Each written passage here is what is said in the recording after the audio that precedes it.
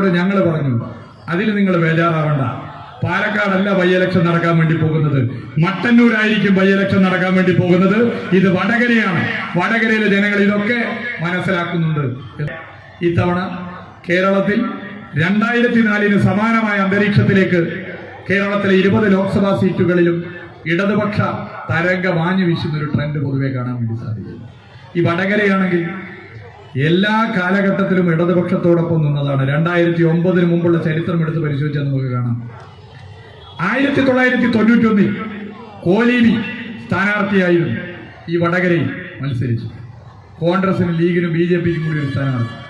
Vote കൂട്ടി നോക്കിയാൽ കോലീബി സ്ഥാനാർത്ഥി ജയിക്കണം. എന്നാൽ വോട്ട് പെട്ടിയത് പൊളിച്ച് എണ്ണി നോക്കിയപ്പോൾ കോലീബി 8 നിലയിൽ പൊട്ടി ഇടതുപക്ഷ പ്രസ്ഥാനത്തെ വടകര വിജയിപ്പിച്ചു എന്ന് നമുക്ക് കാണാൻ വേണ്ടി സാധിക്കും. ഇടതുപക്ഷ യുവജന സംഘടനകളുടെ നേതൃനിരയിൽ പ്രവർത്തിക്കുന്നവർ, വേദിയിലും സദസ്സിലുമുള്ള ബഹുമാന്യരെ പ്രിയപ്പെട്ടവർ, ഒരുപാട് പേർ സംസാരിക്കാനുള്ളത് കൊണ്ട് വളരെ ചുരുക്കി ചില കാര്യം മാത്രം സൂചിപ്പിച്ച് ഞാൻ അവസാനിപ്പിക്കാനാണ് ഉദ്ദേശിച്ചത്. വളരെ ഗൗരവമേറിയ ഒരു തെരഞ്ഞെടുപ്പാണ് ഈ ലോക്സഭാ തെരഞ്ഞെടുപ്പ്. നമുക്കൊക്കെ അറിയാം, ഈ ലോക്സഭാ തെരഞ്ഞെടുപ്പിൽ വടകര ലോക്സഭാ മണ്ഡലത്തിലെ യുവത്വം എങ്ങനെ ചിന്തിക്കുന്നു എന്നുള്ളതിന് ഏറ്റവും വലിയ ഉദാഹരണമാണ് ഈ കാണുന്ന 10,000 കണക്കിന് യുവജനങ്ങൾ പങ്കെടുത്ത ഈ റാലി എന്നുള്ളത് ഞാൻ പ്രത്യേകം ചൂണ്ടിക്കാട്ടാൻ ആഗ്രഹിക്കുകയാണ്. ദൃശ്യ അച്ചടി മാധ്യമങ്ങൾക്കൊന്നും പലപ്പോഴും ഇതൊന്നും ഇനി വാർത്ത കൊടുക്കണമെന്ന് കരുതിയാൽ അവരുടെ ഉടമകൾ വാർത്തയായി നൽകാൻ തയ്യാറാകില്ല. പക്ഷേ സോഷ്യൽ മീഡിയയിലൂടെ യുവജന പ്രസ്ഥാനങ്ങളുടെ ഈ പരിപാടി ഒരു തരംഗമായി മാറും എന്ന കാര്യത്തിൽ ഒരു സംശയമില്ല എന്നുള്ളത് ഞാനിവിടെ ചൂണ്ടിക്കാട്ടാൻ ആഗ്രഹിക്കുക.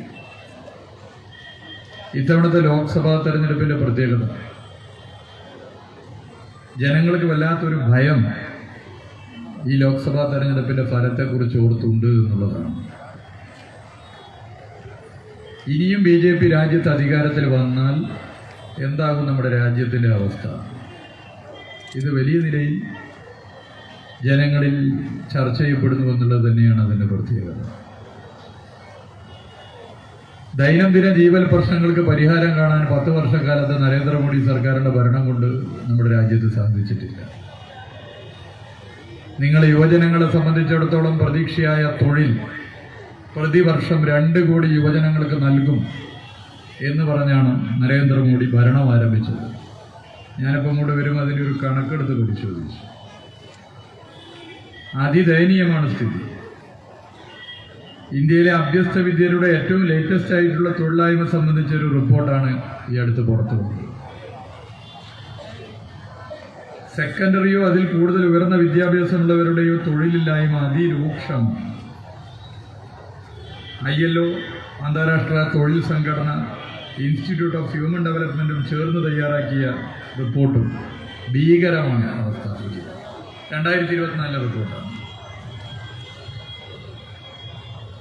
സ്വാതന്ത്ര്യം ലഭ്യമായതിനു ശേഷം നമ്മുടെ രാജ്യം കണ്ട ഏറ്റവും രൂക്ഷമായ തൊഴിലില്ലായ്മ നിരക്കാണ് എന്നുള്ളതാണ് ഈ റിപ്പോർട്ട് സൂചിപ്പിക്കുന്നത്. ഞാൻ സമയക്കുറവ് മൂലം അത് വായിക്കുന്നു. മറ്റു ചില പഠന റിപ്പോർട്ടുകളും ഇത് തന്നെ ചൂണ്ടിക്കാട്ടുന്നു. ലോകത്ത് ഏറ്റവും അധികം തൊഴിലില്ലായ്മയുള്ള രാജ്യമായി ഇന്ത്യ മാറി. കഴിഞ്ഞ വർഷം പാർലമെന്റിൽ ഉന്നയിച്ച ചോദ്യത്തിന് മറുപടിയായി ബന്ധപ്പെട്ട മന്ത്രി ശ്രീമാൻ ജിതേന്ദ്ര സിംഗ് പറഞ്ഞത് വിവിധ കേന്ദ്ര സർക്കാർ തസ്തികകളിലായി 9,79,000 ഒഴിവുകൾ നികത്താതെ കിടക്കുന്നു എന്നുള്ളതാണ്. ഇത്രയോ തൊഴിലില്ലായ്മ രൂക്ഷമായി നിൽക്കുമ്പോഴാണ് ഒഴിവുകൾ നികത്താൻ പോലും നരേന്ദ്രമോദി സർക്കാർ തയ്യാറാകാത്തത്. റെയിൽവേയിൽ മാത്രം 2,93,000 ഒഴിവുകളാണ്. എന്നാൽ അതിൽ നിന്ന് വ്യത്യസ്തമായി ഇന്ത്യയിൽ ഒരു സംസ്ഥാനം ഇടപെടുന്നു. അത് കേരളമാണ്. കേരളത്തിൽ 2016 LDF സർക്കാർ അധികാരത്തിൽ വന്നതിന് ശേഷം മാത്രം 2,34,640 നിയമനങ്ങളാണ് PSC വഴി നടത്തിയിട്ടുള്ളത് എന്നുള്ളത് കണക്കുകൾ സൂചിപ്പിക്കുന്നു. 2023 ആദ്യ 6 മാസ കണക്ക് UPSC പുറത്തുവിട്ടിരുന്നു. രാജ്യത്തെ എല്ലാ സംസ്ഥാനങ്ങളിലെയും PSCകൾ 2023 ആദ്യ 6 മാസത്തെ കണക്കാണ് പുറത്തുവിട്ടത്. അതനുസരിച്ച് നമ്മുടെ രാജ്യത്ത് ആകെ നടക്കുന്ന നിയമനങ്ങളിൽ 40% നടക്കുന്നത് LDF ഭരിക്കുന്ന കേരളത്തിലാണെന്ന് വളരെ അഭിമാനത്തോടു കൂടി പറയാൻ ഈ വേള ഞാൻ ഉപയോഗപ്പെടുത്താൻ വേണ്ടി ആഗ്രഹിക്കുകയാണ്. UPSC പോലും കേരളത്തെക്കാൾ ഏറെ പിന്നിലാണ്. ഇതാണ് തൊഴിലില്ലായ്മയുടെ ഒരു പൊതുസ്ഥിതി. വിലക്കയറ്റ അതിരൂക്ഷമാണ്, ദാരിദ്ര്യം പെരുകുന്നു. ഇങ്ങനെയുള്ള ഘട്ടത്തിൽ ഇതൊന്നും ചർച്ച ചെയ്യപ്പെടാതിരിക്കാൻ, ജനങ്ങളെ ഭിന്നിപ്പിക്കാൻ, മതവർഗീയ അജണ്ടകളെ വളരെ ബോധപൂർവം തെരഞ്ഞെടുപ്പ് അജണ്ടകളിൽ പ്ലേസ് ചെയ്യാനാണ് മോഡിയും കൂട്ടരും ശ്രമിക്കുന്നത്. ഇപ്പോൾ ഏറ്റവും അവസാനം പൗരത്വ നിയമം വന്നു. ഇവിടെ ഇതിനൊക്കെ എതിരെ ശക്തമായ നിലപാട് BJPക്കെതിരെ സ്വീകരിക്കേണ്ടവരാണ് കോൺഗ്രസ് പാർട്ടി. സ്വീകരിക്കുന്നില്ല എന്ന് മാത്രമല്ല, ഇന്ന് കോൺഗ്രസ് ആയവൻ രാത്രി ഉറങ്ങാൻ കിടന്നാൽ നേതാക്കന്മാർ നാളെ എഴുന്നേൽക്കുമ്പോൾ BJP ആയി മാറുന്നു. നിരവധി സംഭവങ്ങൾ നമ്മുടെ മുമ്പിൽ ഉദാഹരണമായിട്ടുണ്ട്. സാധാരണ ഇത് മറ്റ് സംസ്ഥാനങ്ങളിലാണെങ്കിൽ ഇപ്പൊ കേരളത്തിലേക്ക് ഇത് കടന്നു വരികയാണ്. കേരളത്തിൽ 2 മുൻ മുഖ്യമന്ത്രിമാരുടെ മക്കൾ BJP ആകുന്നു. ഒരു മകനും ഒരു മകളും. മകനിപ്പോ പത്തനംതിട്ടയിലെ BJP സ്ഥാനാർത്ഥിയാണ്. മകൾ നേരത്തെ 3 തവണ ലോക്സഭാ നിയമസഭാ തെരഞ്ഞെടുപ്പിൽ കോൺഗ്രസ് സ്ഥാനാർത്ഥിയായി മത്സരിച്ചത്. വെറും മക്കളല്ല, കോൺഗ്രസ് നേതാക്കളായ മക്കൾ BJP ആണ്. ആളുകൾ BJPയിലേക്ക് മാറുന്നു എന്നുള്ളത് മാത്രമല്ല പ്രശ്നം, നിലപാടും കടുപ്പിച്ചെടുക്കാൻ കോൺഗ്രസിന് പറ്റുന്നില്ല. ഇപ്പൊ പൗരത്വ നിയമ പ്രശ്നം, കേരളത്തിലെ UDF സ്ഥാനാർത്ഥികളൊക്കെ രാത്രി നൈറ്റ് മാർച്ചിലാണ്. പൗരത്വ നിയമ പ്രശ്നം ഇന്നോ ഇന്നലെയോ വന്നതല്ല, ഒരു 3-4 വർഷം മുമ്പ് ഇതിന്റെ നീക്കങ്ങൾ നടന്നു. ഈ 4 വർഷത്തിനിടയിൽ നിരവധി നൈറ്റുകൾ ഉണ്ടായിട്ടുണ്ട്. ഇതിപ്പോ ആദ്യത്തെ നൈറ്റല്ല, ഈ തെരഞ്ഞെടുപ്പ് അടുപ്പിച്ചല്ല രാത്രി വന്നത്. 4 വർഷം ഒരു 365 നൈറ്റ് കൂട്ടിയാൽ തന്നെ 1000-ലധികം രാത്രികൾ കടന്നുപോയി. ഈ രാത്രികളിലൊന്നും ഈ പറയുന്ന UDF സ്ഥാനാർത്ഥികൾ നൈറ്റ് മാർച്ച് നടത്തിയതായി നമ്മൾ കണ്ടിട്ടില്ല. പ്രതികരിക്കാൻ തയ്യാറാകേണ്ട യുവജന സംഘടനകളും അതിന്റെ നേതാക്കന്മാരും മൗനം പാലിച്ചു. ഇനി കേരളത്തിലെ UDFന്റെ സ്ഥാനാർത്ഥികളിൽ മഹാഭൂരിപക്ഷവും സിറ്റിംഗ് MPമാരാണ്. ഇനി നൈറ്റ് പോട്ടെ, മോർണിംഗുകളിൽ ഇവർ പ്രതികരിച്ചു. പാർലമെന്റിൽ ഇതിനെക്കുറിച്ചുള്ള ചർച്ച നടന്ന ഘട്ടത്തിൽ പ്രതികരിക്കാൻ, ശബ്ദിക്കാൻ തയ്യാറാകാത്തവരാണ് കേരളത്തിലെ UDF സ്ഥാനാർത്ഥികൾ. ഇപ്പൊ രാത്രി ഇങ്ങനെ നൈറ്റ് മാർച്ച് ആയിട്ട് ഇറങ്ങിയിരിക്കുകയാണ്. എന്നാൽ ഇവിടെ ഇന്ത്യയിലെ BJP ഇതര സർക്കാരുകൾക്ക് മാതൃകയായി ഒരു സംസ്ഥാന സർക്കാർ ഈ നിയമം ഈ സംസ്ഥാനത്ത് നടപ്പിലാക്കാൻ അനുവദിക്കില്ല എന്ന് പറഞ്ഞ് നിയമസഭയിൽ ആ സർക്കാരിനെ നയിക്കുന്ന മനുഷ്യൻ എഴുന്നേറ്റ് നിന്നൊരു പ്രമേയം അവതരിപ്പിച്ചു. ആ പ്രമേയം ആവർത്തിച്ച് വ്യക്തമാക്കി, കേരളത്തിൽ പൗരത്വ നിയമം നടപ്പിലാക്കാൻ അനുവദിക്കില്ല. ഇത് ഭരണഘടനാ വിരുദ്ധമാണ്, ഇത് രാജ്യവിരുദ്ധമാണ്, ഇത് രാജ്യത്തിന്റെ മതനിരപേക്ഷതയെ അപകടകരമായ സാഹചര്യത്തിലേക്ക് തള്ളിവിടും. അതുകൊണ്ട് കേരളത്തിൽ പൗരത്വ നിയമം നടപ്പിലാക്കാൻ അനുവദിക്കില്ല എന്ന പ്രഖ്യാപനം നടത്തിയ മുഖ്യമന്ത്രിയുടെ പേര് സഖാവ് പിണറായി വിജയനാണെന്ന് ആവേശത്തോടു കൂടി നമുക്ക് പറയാൻ വേണ്ടി സാധിക്കും. അന്നത് മുന്നോട്ട് വെച്ച സർക്കാരിലെ പ്രതിനിധി കൂടിയാണ് ഇന്ന് വടകരയിലെ സ്ഥാനാർത്ഥി സഖാവ് ശൈലജ ടീച്ചർ എന്നുള്ളതും നമുക്കറിയാം. പൗരത്വ നിയമമായിക്കൊള്ളട്ടെ, ജമ്മു കാശ്മീർ വിഷയമായിക്കൊള്ളട്ടെ, ഏകീകൃത സിവിൽ കോഡ് ആയിക്കൊള്ളട്ടെ, മുത്തലാഖ് ആയിക്കൊള്ളട്ടെ, ഇതിലേതെങ്കിലും വിഷയത്തിൽ കോൺഗ്രസിനൊരു നിലപാടുണ്ടോ? ഒരു വിഷയത്തിലും നിലപാടില്ല. ഇപ്പൊ ഏറ്റവും അവസാനം ഇലക്ട്രോൾ ബോണ്ട് ശരിക്കും ചർച്ച ചെയ്യപ്പെടുന്ന വിഷയമല്ലേ? പല ലോക്സഭാ തെരഞ്ഞെടുപ്പുകളിലും ഭരണങ്ങളെ മാറ്റി അഴിമതികൾ, ബൊഫേഴ്സ് അഴിമതി പോലെ, സ്പെക്ട്രം അഴിമതി പോലെ ഒരു പ്രധാനപ്പെട്ട അഴിമതി പ്രശ്നമാണ് ഇലക്ട്രോൾ ബോണ്ട്. അഴിമതി നടത്താൻ ആധികാരികമായി സൗകര്യം ചെയ്തു കൊടുക്കുന്നതാണ് ഇലക്ട്രോൾ ബോണ്ട്. ഇലക്ട്രോൾ ബോണ്ടിന്റെ വിഷയമെടുത്ത് പരിശോധിച്ചാൽ നമുക്കത് കാണാൻ വേണ്ടി സാധിക്കും. 8251 കോടി രൂപയാണ് BJP അതിൽ പണം വാങ്ങി. ഇലക്ട്രോൾ ബോണ്ടിനെ കുറിച്ചുള്ള ചർച്ച നടന്ന സമയത്ത് ഇത് അഴിമതി പണമാണ്, അഴിമതി നിയമപരമായി നടത്താനുള്ള സൗകര്യം ഒരുക്കലാണ്, അതുകൊണ്ട് ഈ പണം ഞങ്ങൾക്ക് വേണ്ട എന്ന് പ്രഖ്യാപനം നടത്തിയ രാഷ്ട്രീയ പ്രസ്ഥാനത്തിന്റെ പേര് CPIM ആണ്. ആ പ്രസ്ഥാനം ഇടതുപക്ഷ പ്രസ്ഥാനമാണ് എന്ന് നമുക്ക് പറയാൻ വേണ്ടി സാധിക്കും. പിന്നെ നിയമപരമായ പോരാട്ടം നടത്തി സുപ്രീം കോടതിയെ സമീപിച്ച് ഇലക്ട്രോൾ ബോണ്ട് സംബന്ധിച്ച ഡാറ്റ പബ്ലിഷ് ചെയ്യണം എന്നുള്ള നിലപാട് സ്വീകരിച്ചു. അതിലൂടെയാണ് ഡാറ്റ പുറത്തു വന്നത്. ഞെട്ടിക്കുന്നവരാണ് പുറത്തു വന്നത്. ആ ഞെട്ടിക്കുന്നവരെ പുറത്തു വന്നപ്പോൾ അതിൽ BJPക്ക് പണം നൽകുന്നതിന് ദല്ലാൽ പണിയെടുക്കുന്നത് പോലെ അല്ലെങ്കിൽ ഭീഷണി സ്വരത്തിൽ ഇടപെടാൻ ആദ്യം പോയ ഒരു ഏജൻസി ഉണ്ട്. ആ സർക്കാർ ഏജൻസിയുടെ പേര് എൻഫോഴ്സ്മെന്റ് ഡയറക്ടറേറ്റ് എന്നാണ്, ED എന്നാണ്.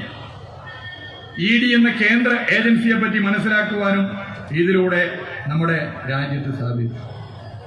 ED റെയ്ഡ് നടത്തും ആദ്യം, എന്നിട്ട് ആ കമ്പനികളെ ഭീഷണിപ്പെടുത്തും, എന്നിട്ട് അവരിൽ നിന്ന് ബോണ്ട് വഴി BJPക്ക് പണം നൽകും. ഇതാണ് കോടിക്കണക്കിന് പണം ഇതിലൂടെ നൽകാൻ ED വഴി സാധിച്ചത്. ഫ്യൂച്ചർ ഗെയിമിംഗ് എന്ന സ്ഥാപനത്തിൽ 2022 ഏപ്രിൽ 2-ന് ED റെയ്ഡ് നടക്കുന്നു. 5 ദിവസം കഴിഞ്ഞ് ഏപ്രിൽ മാസം 7-ന് അവർ ഇലക്ട്രോൾ ബോണ്ട് വാങ്ങി ഭരിക്കുന്ന പാർട്ടിക്ക് കാൽക്കലിൽ സാഷ്ടാംഗം വെച്ച് നമസ്കരിച്ച് 60 കോടി രൂപയാണ് നൽകിയത്. ആ കേസ് പിന്നെ ആവിയായി പോയി.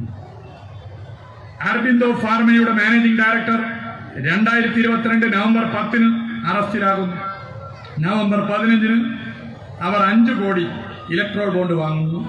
ED ആ കേസ് ആവിയാക്കുന്നു. ഷിർജി സായി ഇലക്ട്രിക്കൽസിൽ 2023 ഡിസംബറിൽ IT റെയ്ഡ് നടക്കുന്നു. ജനുവരി 11-ന് ഇലക്ട്രോൾ ബോണ്ട് മേടിക്കുന്നു. ED ആ കേസ് അപ്രതീക്ഷിതമാക്കുന്നു. ഡോക്ടർ റെഡ്ഡീസിൽ നവംബർ മാസം 13-ന് IT റെയ്ഡ് നടക്കുന്നു. നവംബർ 17-ന് ഇലക്ട്രോൾ ബോണ്ട് BJPക്ക് സമർപ്പിക്കുന്നു. ED ആ കേസ് ഒഴിവാക്കുന്നു. കൽപ്പതരു പ്രൊഡക്ഷൻസ് ഓഗസ്റ്റ് 4-ന് IT റെയ്ഡ് നടക്കുന്നു. ഒക്ടോബർ 10-ന് ഇലക്ട്രോൾ ബോണ്ട് വാങ്ങി പ്രശ്നം പരിഹരിക്കുന്നു. മൈക്രോ ലാബിൽ ജൂലൈ 14-ന് IT റെയ്ഡ് നടന്നപ്പോൾ ഒക്ടോബർ 10-ന് ഇലക്ട്രോൾ ബോണ്ട് നൽകി ഒത്തുതീർപ്പാക്കുന്നു. അപ്പോൾ ദല്ലാളിന്റെ പണിയാണ് ED എടുക്കുന്നത്. ഈ വിഷയത്തിൽ എവിടെയെങ്കിലും കോൺഗ്രസ് മിണ്ടിയതായി നിങ്ങൾ കണ്ടിട്ടുണ്ടോ? വടകരയിലെ UDF സ്ഥാനാർത്ഥി ഇലക്ട്രോൾ ബോണ്ട് വിഷയത്തിൽ നിലപാട് സ്വീകരിച്ചിട്ടുണ്ടോ? കേരളത്തിലെ ഏതെങ്കിലും UDF സ്ഥാനാർത്ഥികൾ നിലപാട് സ്വീകരിക്കുന്നുണ്ടോ? KPCC പ്രസിഡന്റിന് നിലപാടുണ്ടോ? പ്രതിപക്ഷ നേതാവിന് നിലപാടുണ്ടോ? എന്താ അവരും ഉണ്ടാത്തത്? കാരണം കോൺഗ്രസ് വാങ്ങിയിട്ടുണ്ട്. 1000 കോടിയിലധികം രൂപ വാങ്ങിയ പാർട്ടിയാണ് കോൺഗ്രസ്. അതുകൊണ്ട് കോൺഗ്രസിന് അതിൽ നിലപാടില്ല. BJP അതിശക്തമായി ആക്രമിക്കേണ്ട ഈ വിഷയത്തിൽ ആശയപരമായ ആക്രമണം നടത്താൻ കോൺഗ്രസ് തയ്യാറാകുന്നില്ല. ഇത് തന്നെ പൗരത്വ നിയമ വിഷയത്തിൽ നമ്മൾ കണ്ടത്. ഓരോ പഞ്ചായത്തിലും കോൺഗ്രസിന് ഓരോ നിലപാടാണ്. കേരളത്തിലെ സർക്കാർ പൗരത്വ നിയമം കേരളത്തിൽ നടപ്പിലാക്കാൻ അനുവദിക്കില്ല എന്നുള്ള നിലപാട് സ്വീകരിച്ചു. അപ്പോൾ പ്രതിപക്ഷ നേതാവ് പറഞ്ഞു, BJP നേതാവിന്റെ സ്വരത്തിൽ പറഞ്ഞു, ഒരു സംസ്ഥാന സർക്കാർ വിചാരിച്ചാൽ ഈ നിയമം ആ സംസ്ഥാനത്ത് നടപ്പിലാക്കാൻ സാധിക്കാത്ത സ്ഥിതി ഉണ്ടാക്കാൻ പറ്റില്ല. BJPയുടെ ഒരു നേതാവ് പറയുകയാണ്, നമുക്ക് മനസ്സിലാക്കാം. പ്രതിപക്ഷ നേതാവാണെന്ന് പറഞ്ഞത്. ഇത് കഴിഞ്ഞ് തൊട്ടടുത്ത ദിവസം തമിഴ്നാട് മുഖ്യമന്ത്രി സ്റ്റാലിൻ ഒരു നിലപാട് സ്വീകരിച്ചു. അദ്ദേഹം പറഞ്ഞു, തമിഴ്നാട്ടിൽ ഇത് നടപ്പിലാക്കാൻ അനുവദിക്കില്ല. കേരളത്തിലെ നിലപാടിൽ പ്രചോദിതരായി തമിഴ്നാട് പ്രഖ്യാപിച്ചു, തമിഴ്നാട്ടിൽ പൗരത്വ നിയമം നടപ്പിലാക്കാൻ അനുവദിക്കില്ല. ഉടനെ തമിഴ്നാട്ടിലെ കോൺഗ്രസ് പറഞ്ഞു, സ്റ്റാലിൻ എല്ലാവിധ പിന്തുണയും, തമിഴ്നാട് സർക്കാരിന് എല്ലാവിധ പിന്തുണയും. ഒരു സംസ്ഥാനത്തിന് ഇത്തരം ഒരു നിലപാട് സ്വീകരിക്കാൻ സാധിക്കും, അവകാശമുണ്ട് എന്ന് തമിഴ്നാട് കോൺഗ്രസ് പറഞ്ഞു.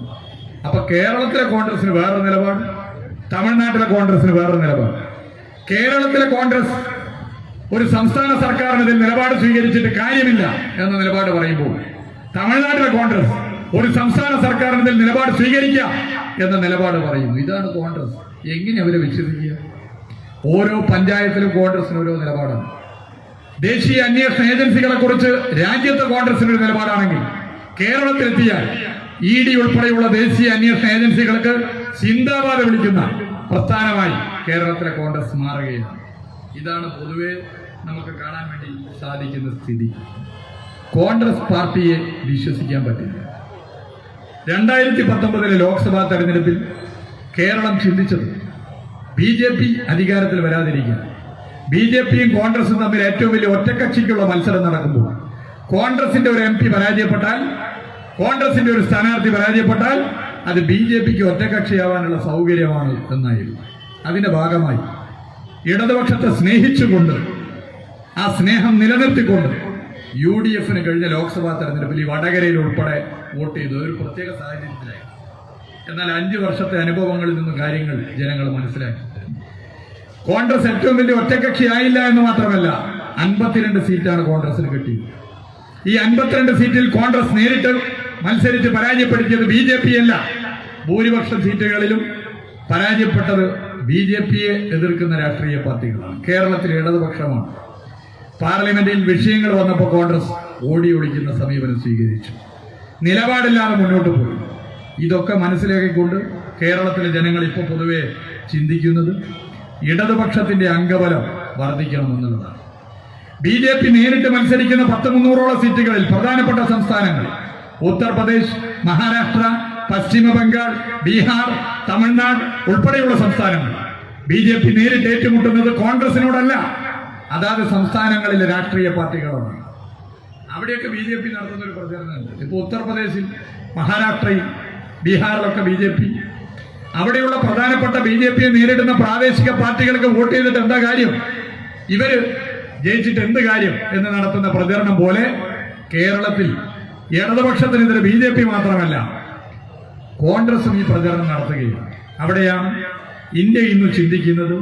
ഓരോ സംസ്ഥാനങ്ങളിലും ശക്തമായി ആരാണോ BJP-യെ എതിർക്കുന്നത് അവർ വിജയിച്ചു വരണമെന്നുള്ളതാണ്. ആ ചിന്തയാണ്